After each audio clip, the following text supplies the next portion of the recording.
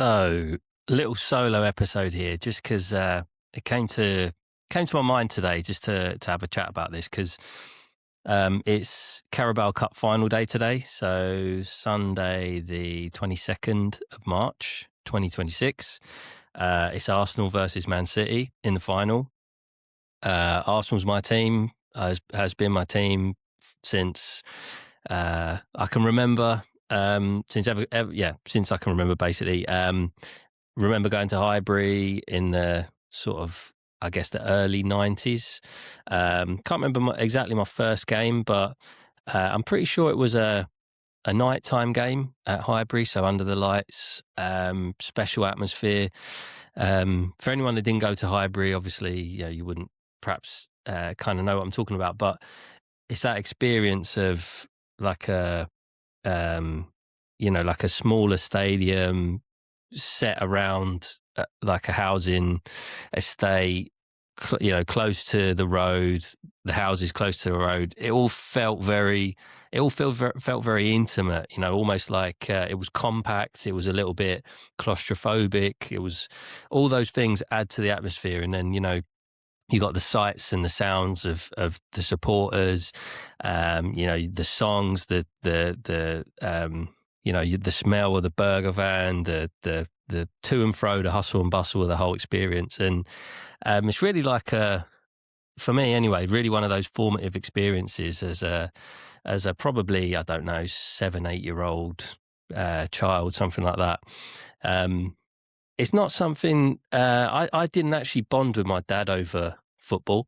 My dad's a West Ham fan, so from the other, basically, we were always split between our family between Arsenal and West Ham. So yeah, very much. He wasn't or isn't still alive. Fortunately, he's not an Arsenal fan, so he's not. That's not what we bonded over. And we didn't bond over football in general, really, because he wasn't or he isn't that keen on football. But yeah, it's just still a formative experience. And I'm very grateful for the fact that, he wasn't and isn't that keen or that bothered about football. The fact that he used to take me, my brother, used to take us to games and stuff. Sometimes, driving all the way to like Aston Villa, Birmingham, driving to Cardiff for a FA Cup final. Doing some of those longer journeys on away days, even though, wasn't really that keen or that bothered. I've got a lot of respect for that. And that's something I've really appreciated more as I've got older. And obviously the thing as well with football nowadays, it really is like an expensive sort of pastime to follow in a way. The one thing that disappoints me more than anything, really, I don't, I'm not looking back on it as like one of these, back in our day it was brilliant, blah, blah, blah, because it wasn't. There was a lot of bad stuff still associated with it, or there was a lot of things that, I think probably in general, the atmosphere of games is safer now. The actual security at games is probably safer. You probably don't, it's much more of a friendly family environment now, whereas perhaps back then, like I'm saying, even the 90s, which I think things had improved a lot, but still probably wasn't a family-friendly atmosphere all the time. So that's brilliant. But on the flip side of it, you've now got, particularly like Arsenal, I say, like my team, I haven't bought a kit or a shirt of theirs for a few seasons now, but I mean, I remember they used to only change the kit every 2 seasons. So you'd get 2 seasons out of one kit and then they'd change it. And that'd be the same for home and away. Very rare that you had a third kit. I think every now and then they would release a third kit. But on the whole, you had a home and away kit. They change it every 2 years. And back then, I think it was significant enough changes that, as a kid, you'd want the next kit because it was different enough to the old one. So it was a bit more novelty around it. But I think now the thing with the kits and the clothing, and especially with Arsenal, since they've partnered with Adidas, it's really taken it to another level where, the commercial aspect of Arsenal as a brand, they've really tapped into, all kinds of occasions to create new ranges of clothing, to create new lines of merch. You look at even like Chinese New Year, they do a whole range of merch and clothing around that. And don't get me wrong, if they, if the supporters are willing to pay for it, or if people are willing to pay for it, and I think probably a lot of that merch and a lot of those seasonal clothing ranges are probably purchased by people overseas, supporters overseas that, they're not based in the UK, they don't go to the games, but perhaps the way they're connected to the club is through purchasing, merch and staying up to date with it all and stuff. And that's great. Like, again, I don't begrudge anyone that whatsoever. It's just a very different experience, I think, to what we had as kids and as sort of teenagers growing up. I think, like, you see this a lot with the fan channels like AFTV and stuff. A lot of the time, those guys will refer to like the sort of a version of the club that they fell in love with, a version of the club that feels true to them, and nowadays perhaps it feels more like a commercial, operation. It's a brand now. You look at the sort of media influence that Arsenal has now, and the amount of following they have online and stuff like that, and that is brilliant. Like, don't get me wrong, it's the way you're going to grow, and the way you're then going to invest, and the way you're then going to make money and buy better players and win more trophies. So I get that completely. But there's also a part of us, isn't there? There's always this nostalgic part of us, as I think, as football fans in the UK, where, we always have this romantic vision of our club as, like I said, the terrace streets, the tight little stadium, the atmosphere, almost like if someone shouts something in the crowd, the players can hear it and all that kind of thing. That perhaps that's the thing that we've lost from, modern day football. And again, I'm not saying that's good or bad, because I'm sure some of the stuff that was being shouted before wasn't particularly good for the players to be hearing. And I'm not saying that's a good thing at all, but it was almost like, I think when it's the feel of a club that's a more close-knit thing, and it feels like a more exclusive thing. I think that's what perhaps we've lost a little bit, is the exclusivity around being a football fan nowadays. And I think, I'll watch the game later and I'll absolutely cheer if we score, and I'll be over the moon if we win the Carabao Cup. But I think there's definitely that feel of like we're all part of this together, like we're all part of a little club. I think that's probably been lost to some extent. And don't get me wrong, I'm not, if I was going every week to games, I'd probably feel differently. Like, my brother goes to games, and I know for sure he feels a connection to the club in that way, because he's there, and he'll be there today in person at the final. But I think maybe that's the thing we've lost. And I think, like, I don't know if that's the American influence in British sport. Perhaps it is. But then you look at a very British sport like rugby league, for example, and here where I am in Hull, rugby league's massive. You've got two sides of the city basically are split between Hull FC, Hull KR, very much like an East versus West thing, similar, to what you have in London with the football clubs like East, West, North, South.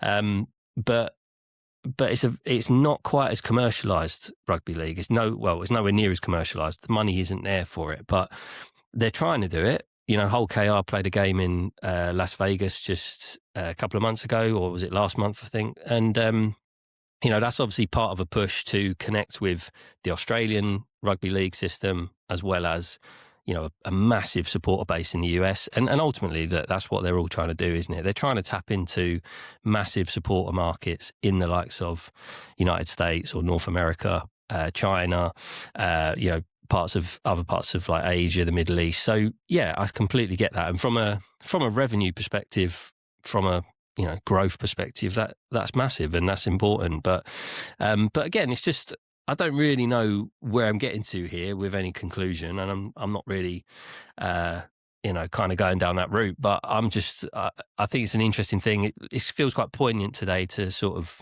have a think about this really and talk about it. And the fact that we, like I say, Carabao Cup final day, even the fact that we're calling it Carabao Cup, it used to be the League Cup. I still think of it as the League Cup. And even before that, I'm sure it was called something else. Or, it was the Worthington Cup. It has been the Littlewoods Cup, I think. It's been all kinds of different sponsored versions of it. But ultimately, it's the League Cup. That's what we think of it as.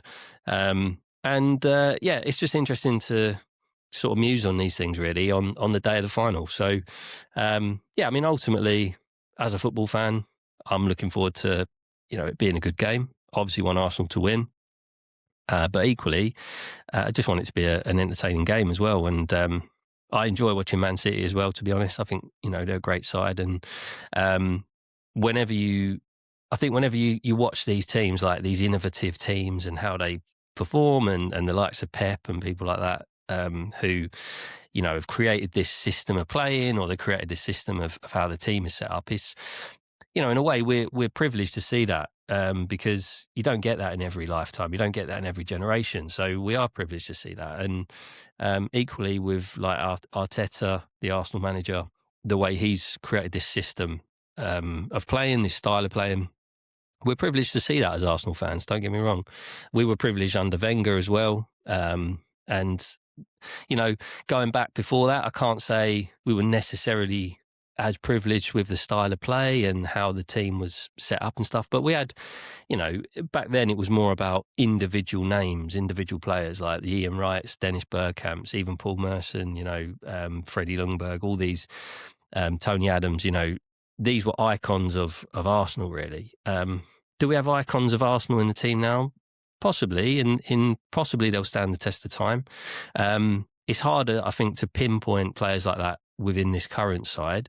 I mean, who you got closest to that, obviously, is Bukayo Saka, who is, he's an Arsenal legend already.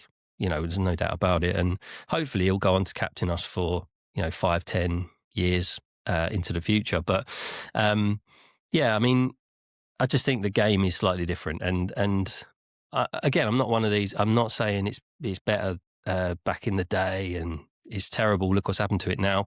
I'm not saying that at all. I think it's just a different game. And if you can appreciate it's a different game, then you can love it. And I certainly don't want to take any of the passion out of it for like the younger generation as well, and kids and stuff, because they are, looking to some of these players today, they are absolutely, I would argue, better role models in society than quite a few of the ex-players were. And even, sad as it is, I've met a few of those players from that era when I was growing up, and I absolutely idolized them as a kid. I didn't think they were like godlike people. They weren't gods in my eyes by any means, but I idolized them in terms of their footballing ability, and that's what I prioritized and that's what I cared about. But when I actually met them, when you meet them in real life, sometimes that, you're meeting a person, you're not meeting the performer, you're not meeting the footballer, you're meeting the person. And I think there's a difference there. And I have to say, most of the time it's an underwhelming experience. And that's why they sometimes say, don't they, don't meet your heroes, because you meet your heroes and you'd be disappointed by who they actually are. And I think sometimes that's very true advice. And, I'm sure it goes the other way. Sometimes you meet these people and they're even better than you thought they were. But in general, I think when you meet the person is not the performer. And certainly been the case in my experience with that anyway. So yeah. But anyway, just a short one here, guys. I'm not obviously going to release this on the day of the final. I'll probably just release this in time. But yeah, just a quick solo musing really on sort of the current state of like football, being a football supporter, obviously being an Arsenal fan, and how that changes over the years and how your view on these things changes as well. So anyway, as always, guys, appreciate your attention, appreciate you listening. Much love. Take it easy.